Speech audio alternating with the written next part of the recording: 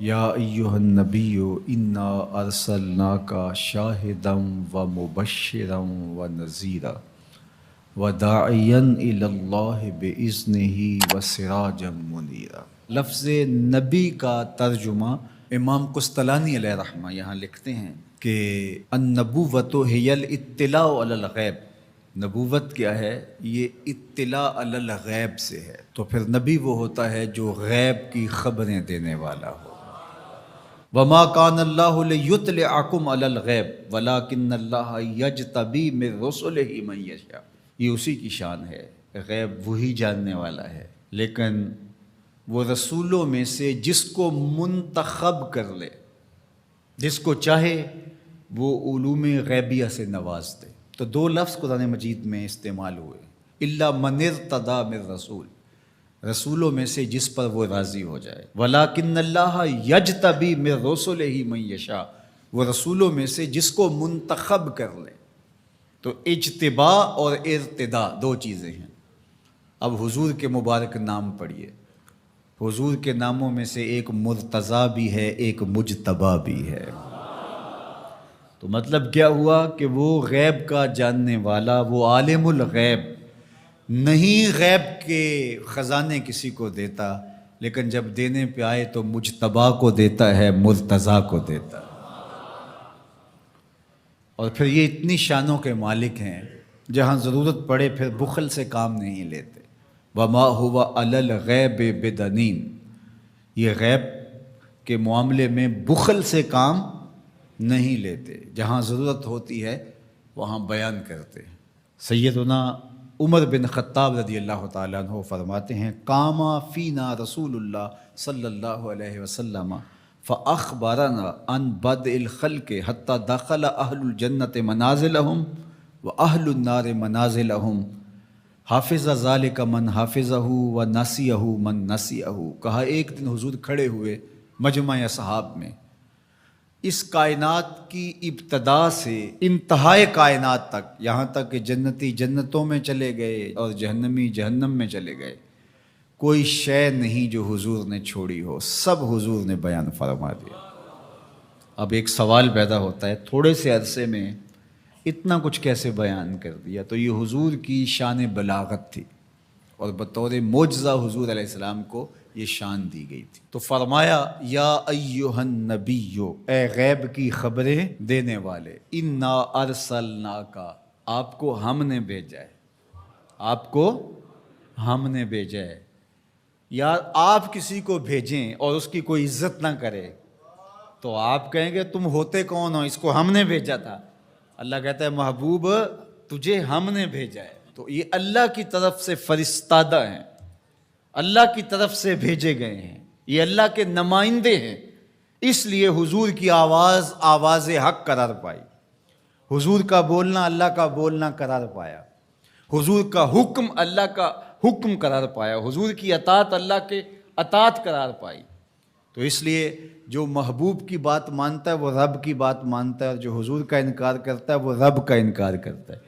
کوئی ساری زندگی لا الہ الا اللہ پڑھتا رہے اور محمد رسول اللہ نہ پڑھے، رب اس کے لا الہ الا اللہ پڑھنے کو اس کے منہ پہ مارے گا اگر میرے رسول کو نہیں مانتا، اس کو میں نے بھیجا ہے۔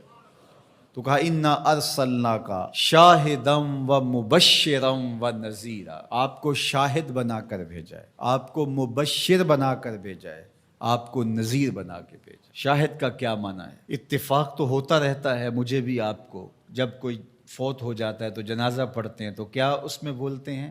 اللہم اغفر لحینا و میتنا و شاہدنا و غائبنا، اللہ جو حاضر ہیں انہیں بھی بخش دے، جو نہیں آئے انہیں بھی بخش دے۔ تو شاہد کا کیا معنی ہوا؟ حاضر۔ امام راغب الاصفہانی جو کہ لغت کے امام ہیں اور مفردات قرآن میں قرآن مجید کے الفاظ کی تشریح کرتے ہوئے لفظ شاہد پہ بات کرتے ہیں، تو وہ کہتے ہیں کہ الحضور مع المشاہدت اما بالبصر او بالبصیرہ، کہ شاہد کا معنی کیا ہے؟ حاضر ہونا مشاہدہ کے ساتھ، چاہے بالبصر چاہے بالبصیرہ، آنکھوں سے دیکھ کر کے مشاہدہ کرنا یا اللہ کی دی ہوئی باطنی قوت سے مشاہدہ کرنا۔